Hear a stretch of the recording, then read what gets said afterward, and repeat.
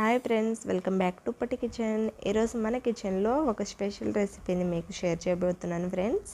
అది ఏంటంటే ఎర్రని పండు మిరపకాయలతో సంవత్సరం పాటు నిల్వ ఉండే పండు మిరపకాయల పచ్చడిని మీతో షేర్ చేయబోతున్నాను.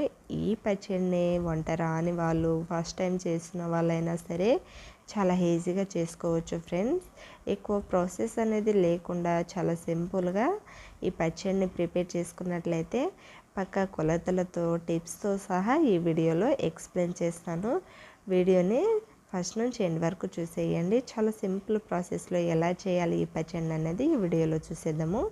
దీనికోసం నేను సుమారుగా 250 గ్రాముల పండు మిర్చిని తీసుకొని ఫ్రెష్గా కడిగి తీసుకోవాలి.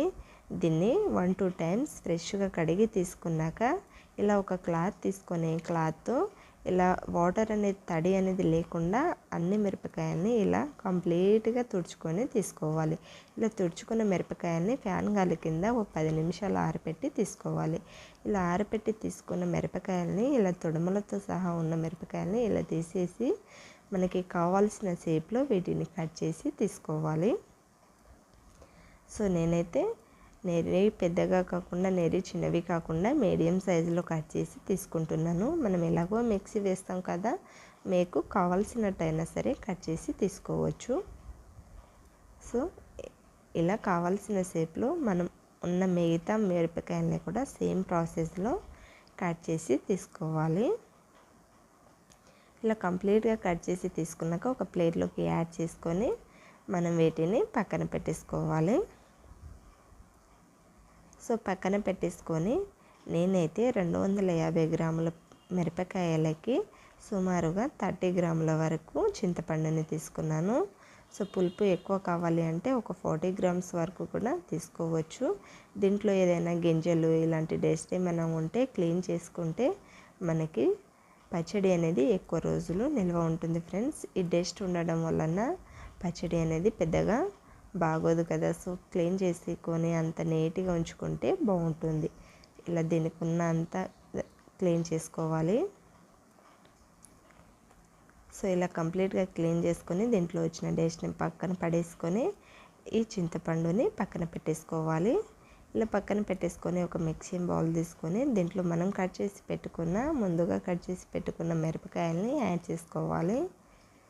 సో ఇలా యాడ్ చేసుకొని క్లీన్ చేసుకున్న చింతపండుని కూడా యాడ్ చేసుకోవాలి. దీంట్లో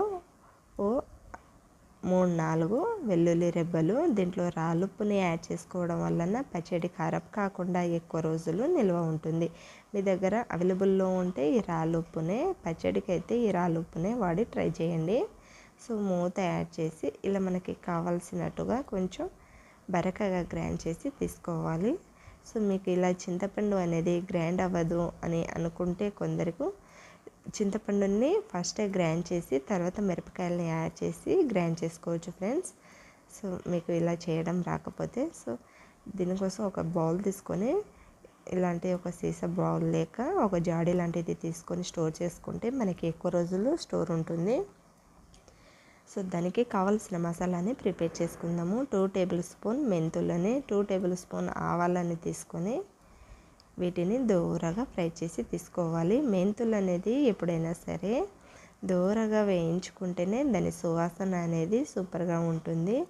సో ఇలా స్టవ్ ఆఫ్ చేసేసి దీంట్లోకి నేనైతే 1 కప్ ఆయిల్ని యాడ్ చేసుకుంటున్నాను. ఆయిల్ని యాడ్ చేసుకొని దీంట్లో 1 టేబుల్ స్పూన్ జీలకర్ర, 1/2 టీ స్పూన్ మెంతులు, 1/2 టీ స్పూన్ ఆవాలు, ఎండుమిర్చి 1, వెల్లుల్లి రెబ్బలు 5-6, దీంట్లో ఫ్రెష్గా ఉన్న కొంచెం కరివేపాకుని యాడ్ చేసుకొని ఈ పోపు అనేది కొంచెం ఫ్రై అయ్యేంత వరకు 1-2 మినిట్స్ పాటు ఫ్రై చేసుకొని హై ఫ్లేమ్లో పక్కన పెట్టేసుకోవాలి. చల్లారిపోయాక దీన్ని పచ్చళ్ళలోకి యాడ్ చేసుకుంటే చాలా బాగుంటుంది. సో మనం ముందుగా వేయించుకున్న ఆవాలు మెంతుల పౌడర్ని ప్రిపేర్ చేసుకుందాము. ఇలా మెత్తగా పౌడర్ని ప్రిపేర్ చేసుకొని తీసుకోవాలి. ఇలా పౌడర్ మొత్తం ఈ పచ్చళ్ళలోకి యాడ్ చేసేసుకోవాలి. ఈ పచ్చళ్ళలోకి కంప్లీట్గా పట్టేటట్టుగా స్పూన్తో ఇలా అంతా ఒకసారి కలుపుకొని తీసుకోవాలి. ఇలా పర్ఫెక్ట్గా కలుపుకొని తీసుకున్న పచ్చడిలోకి మనం వేడి చేసి తీసుకున్న పోపుని దీంట్లోకి యాడ్ చేసుకోవాలి. ఈ పచ్చడిలో కొంచెం ఆయిల్ అనేది ఎక్కువ ఉంటేనే మనకి ఎక్కువ రోజులు నిల్వ ఉంటుంది ఫ్రెండ్స్. సో ఈ పచ్చడిని అంతా ఒకసారి ఇలా కలుపుకొని మీరు కావాలి అంటే ఇలాగే రుబ్బుకొని ఫ్రిడ్జ్లో అయినా బయట అయినా పెట్టేసుకొని మీకు కావాల్సినప్పుడు కూడా పోపుని యాడ్ చేసుకోవచ్చు. నేనైతే కొంచెం క్వాంటిటీలో చేశాను కాబట్టి ఒకటేసారి పోపు చేసుకున్నానండి. ఎక్కువ క్వాంటిటీలో చేసే వాళ్ళైతే స్టోర్ చేసుకొని మీకు కావాల్సినప్పుడు కొంచెం తీసి పోపుని యాడ్ చేసుకోవచ్చు సేమ్ ప్రాసెస్లో.